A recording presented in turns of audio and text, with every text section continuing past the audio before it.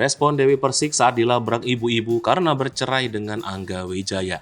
Dewi Persik baru-baru ini mengaku tak pernah berhenti mendapat cibiran dari netizen. Tak hanya mendapat cibiran, Dewi Persik ternyata sempat dilabrak oleh ibu-ibu yang mengeluhkan soal perceraiannya belum lama ini. Wanita yang akrab disapa DP ini mengungkapkan jika dirinya dilabrak seorang ibu karena tak menceraikan Angga sejak tahu mantan suaminya itu menipu. Menanggapi hal tersebut, DP mengatakan enggan menceraikan Angga Wijaya terlebih dahulu lantaran mempertimbangkan banyak hal.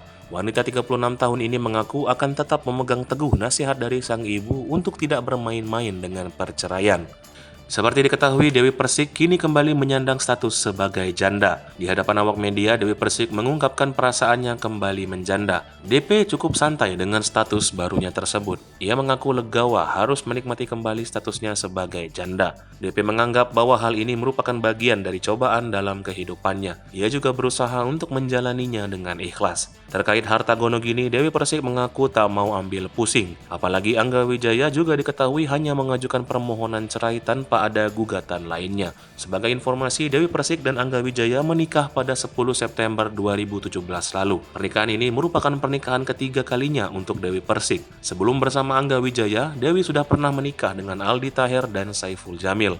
Namun sayangnya semua pernikahannya berakhir dengan perceraian.